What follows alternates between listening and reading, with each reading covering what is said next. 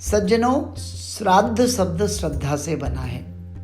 पितरों के लिए श्रद्धा से किए गए मुक्ति के उपाय को, कर्म को श्राद्ध कहते हैं और तर्पण तृप्त करने की क्रिया को तर्पण कहा जाता है।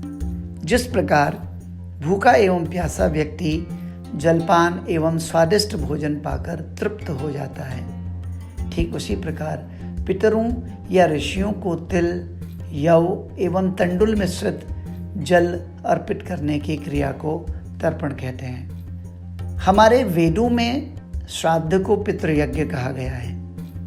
यह श्राद्ध तर्पण हमारे दिवंगत माता पिता, पूर्वजों, ऋषियों, आचार्यों एवं गुरुजनों के प्रति सम्मान का भाव है। क्यों की जाती है पितृपूजा? सज्जनों, पृथ्वी पर जन्म माता पिता ने दिया, हमारे संस्कार हमें दिए, अच्छी शिक्षा दीक्षा दी, नौकरी लगी, करियर सेटल हुआ, शादी की और हम अपना जीवन एक सुव्यवस्थित समृद्ध जीवन जी रहे हैं। उनकी कृपा से, उन पितरों की कृपा से आज धन, समृद्धि, लोक, ऐश्वर्य, यश आदि हमें प्राप्त है।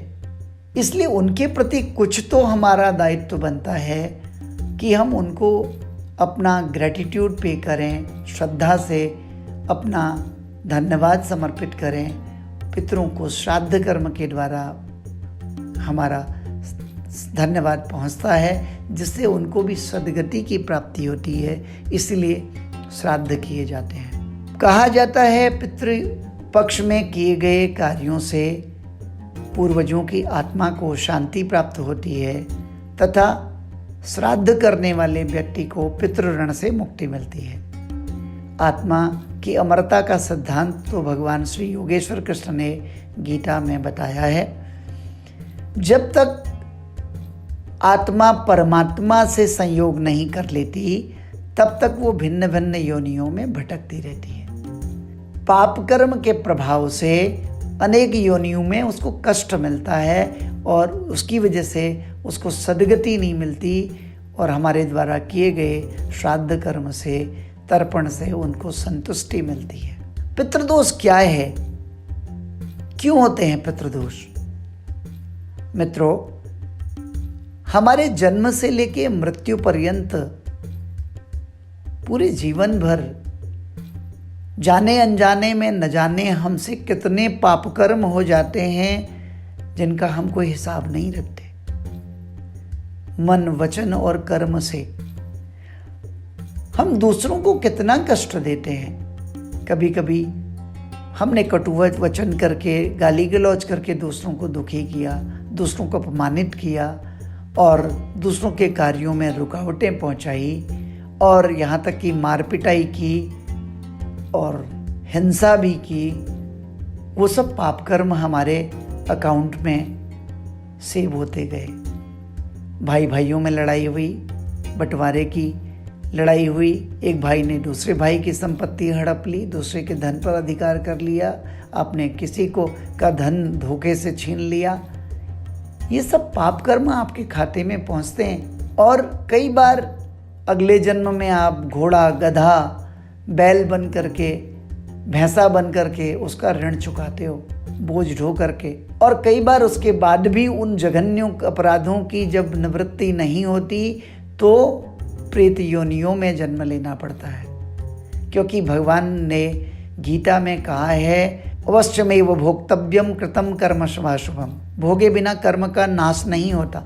भीष्म पितामह को भी मृत्यु की शैया में, बाणों की शैया में लेटना पड़ा था। सांप को मार करके उन्होंने जो झाड़ी में फेंका था, अनगिनत कांटों की वेदना उस सांप को पहुंची थी मरते समय और वो कांटों की वेदना उतने बड़े बड़े बाणों में परिणत हुई और उनको ये सब भोगना पड़ा। भगवान ने कहा है, मरने के बाद व्यक्ति की 3 गतियां होती हैं, ऊर्ध्व गति, स्थिर गति और अधोगति। ऊर्ध्वम गच्छन्ति सत्त्वस्था, मध्ये तिष्ठन्ति राजसा, जघन्य गुणवृत्तस्था, अधो गच्छन्ति तामसा। वेद में उल्लिखित नियमों का पालन करने वाले की ऊर्ध्वगति होती है। वो ऊपर को जाता है। जिसने सत्कर्म किए, दूसरों का भला किया, मानव मात्र का कल्याण किया, जप तप करके परमात्मा को खुश किया, पितरों का तर्पण किया, वो स्वर्ग आदि लोकों में ऐश्वर्य भोगते हैं और अंत में मोक्ष पाते हैं। और जिन्होंने उन वेद के वचनों को पालन नहीं किया, वेद विरुद्ध आचरण किया, दूसरे को पीड़ा दी, दूसरे का धन छीना, दूसरे को पीड़ा पहुंचाई, वो लोग अधोगति को प्राप्त होते हैं। और राजसी प्रवृत्ति वाले लोग स्थिर गति से धर्म कर्म करते हुए बार बार अच्छी योनियों में जन्म लेके मुक्त होते हैं। वेद के अनुसार जीवन में 5 प्रकार के यज्ञ बनाए गए हैं: ब्रह्म यज्ञ, देव यज्ञ, वैश्वदेव यज्ञ, अतिथि यज्ञ और 5वां पितृयज्ञ। इन सब में पितृयज्ञ जो है उसको श्राद्ध कर्म कहा गया है। पितरों के निमित्त जो किया जाए उसी को पितृयज्ञ कहा गया है। शास्त्रों में देवताओं से पहले पितरों को प्रसन्न करना अधिक कल्याणकारी कहा गया है। यही कारण है कि देव पूजन से पहले हम पितृ पूजन जरूर करते हैं। हमारे घर में जो भी शुभ कर्म होते हैं, नामकरण, यज्ञोपवीत संस्कार, गृह प्रवेश और शादी, बड़े अच्छे महोत्सवों में यद्य कि कोई बड़ी यज्ञ भी हो तो हम नांदी श्राद्ध करते हैं पितरों के निमित्त। इससे हमारे पितरों को अनेक अनेक पाप योनियों से मुक्ति मिलती है। वो सत योनियों में जाते हैं और वो प्रसन्न होकर हमें अपना आशीर्वाद प्रदान करते हैं। कब किया जाए श्राद्ध? सज्जनों, श्राद्ध में पितरों को ये 16 दिन समर्पित किए गए हैं जो ब्रह्मा जी ने। भाद्रपद के शुक्ल पक्ष से शुरू होता है, आश्विन कृष्ण पक्ष, और फिर प्रतिपदा से लेके 15वीं तिथि अमावस्या तक चलता है। इन 16 दिनों के समय को महालय या श्राद्ध पक्ष कहा जाता है। इस अवधि के 16 दिन पितरों अर्थात श्राद्ध कर्म के लिए विशेष रूप से निर्धारित किए गए हैं। यही अवधि पितृपक्ष के नाम से जानी जाती है। धर्मशास्त्रों के अनुसार हमारी मान्यता है कि प्रत्येक की मृत्यु 16 तिथियों में ही हो सकती है, अमावस्या तक, प्रतिपदा से अमावस्या तक, और एक तिथि बचती है पूर्णिमा। इसलिए इन अवधियों में मरे हुए लोगों के लिए उन 16 दिन निर्धारित किया गया। जो जिस दिन मरा है उस दिन उसका श्राद्ध किया जाए, और जिसको नहीं पता हो वो फिर अष्टमी, नवमी और अमावस्या के दिन कभी भी कर सकते हैं। और इस अवधि में हम अपने पितरों को इस श्रद्धा से अपने भाव पहुंचाते हैं, संवेदना पहुंचाते हैं और उनकी सद्गति के लिए प्रार्थना करते हैं, और वो वास्तव में इससे सद्गति पाके हमें अपना आशीर्वाद प्रदान करते हैं। सज्जनों, व्यक्ति जब देह छोड़ता है तो वह सर्वप्रथम सूक्ष्म शरीर में प्रवेश करता है। सूक्ष्म शरीर की शक्ति और गति के अनुसार ही वह भिन्न भिन्न लोक में विचरण करता है और अंत में अपनी गति के अनुसार पुनः गर्भ धारण करता है। महर्षि सुमंतु ने श्राद्ध से होने वाले लाभ के बारे में बताया है कि संसार में श्राद्ध से बढ़कर कोई दूसरा कल्याणकारी मार्ग नहीं है। अतः बुद्धिमान मनुष्य को प्रयत्नपूर्वक श्राद्ध करना चाहिए। श्राद्ध की आवश्यकता और लाभ पर अनेक ऋषि महर्षियों ने अपने वचनों को भारतीय ग्रंथों में प्रकाशित किया है।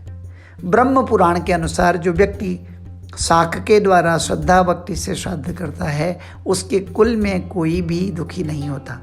साथ ही ब्रह्म पुराण में वर्णन किया गया है, श्रद्धा एवं विश्वास पूर्वक किए गए श्राद्ध में पितरों पर गिरा हुआ पानी की नन्ही नन्ही बूंदें पशु पक्षियों की योनि में पड़े हुए पितरों का पोषण करती है। जिस कुल में जो बाल्यकाल में ही मर जाए वो लोगों के लिए भी सम्मार्जन का जल दिया जाता है। विष्णु पुराण में कहा गया है, श्रद्धा तथा भक्ति से किए गए श्राद्ध से पितरों के साथ ब्रह्मा, इंद्र, रुद्र और दोनों अश्विनी कुमार, सूर्य, अग्नि, 8 वसु, वायु, विश्वदेव, पितृगण, पक्षी, मनुष्य, पशु, सरीसृप, सांप, बिच्छू, घड़ियाल आदि और समस्त ऋषिगण और अन्य भूत के प्राणी तृप्त होते हैं। गरुड़ पुराण के अनुसार पितृपूजन श्राद्ध कर्म से संतुष्ट होकर के पितर मनुष्यों के लिए आयु, पुत्र, यश, स्वर्ग, कीर्ति, पुष्टि, बल, वैभव, पशु, सुख, धन, धान्य प्रदान करते हैं और इसके विपरीत अगर पितृ असंतुष्ट हो जाएं, हमारा मार्ग रोकते हैं, हमें हर कर्म में कठिनाई होती है, आगे बढ़ने में परेशानी, काम बनता बनता रुक जाता है, शादी नहीं होती, संतान नहीं होती, संतान होती है तो अपाहिज होती है, हम जीवन में दुखी रहते हैं और लोग घर से निकलने का नाम नहीं लेते। घर में सब कुछ है लेकिन कलह नाम नहीं लेता रुकने का, एक एक के वचनों को लोग बर्दाश्त नहीं करते, कलह का वातावरण रहता है, लगता है हम तो जीवन में नरक ही झेल रहे हैं। ये सब पितृदोष के लक्षण कहे गए हैं। कूर्म पुराण में कहा गया है, जो प्राणी जिस किसी भी विधि से एकाग्रचित्त होकर के श्रद्धा से श्राद्ध करता है, वो समस्त पापों से मुक्त होकर के पुनः संसार चक्र में नहीं आता। और मार्कंडेय पुराण के अनुसार श्राद्ध से तृप्त होकर पितृगण श्राद्धकर्ता की दीर्घायु, संतान, यश, विद्या, सुख, राज्य और मोक्ष प्रदान करते हैं। हर गृहस्थ को द्रव्य से देवताओं को, कव्य से पितरों को, अन्न से अपने बंधु बांधवों को, अतिथियों को, भिखारियों को भिक्षा दे करके संतुष्ट करना चाहिए। इससे व्यक्ति के समस्त पाप नष्ट हो जाते हैं। इसीलिए पितरों के द्वारा जाने अनजाने में किए गए भूल, पाप कर्मों को मिटाने के लिए, उनको सद्गति प्रदान करने के लिए हमने श्राद्ध किया और करना चाहिए। आप इन पितृपक्ष में जो श्राद्ध करते हैं, पितरों के निमित्त जो भी दान करते हैं या पितरों के निमित्त जो भी शुभ कर्म करते हैं, उसका अक्षय पुण्य पितरों को मिलता है। साधारण दिनों से श्राद्ध के दिनों में किए गए कर्म का 1000 गुना फल ज़्यादा है। इसीलिए पितृदेवाय विद्महे अर्यमन देवाय विद्महे पितृदेवाय धीमहि तन्नो पितरः प्रचोदयात्। ओम अर्यमन तृप्यताम इदं तिलोदकम तस्मै स्वधा नमः। ओम मृत्योर्मा अमृतम गमय। पितरों में अर्यमा को श्रेष्ठ माना गया है।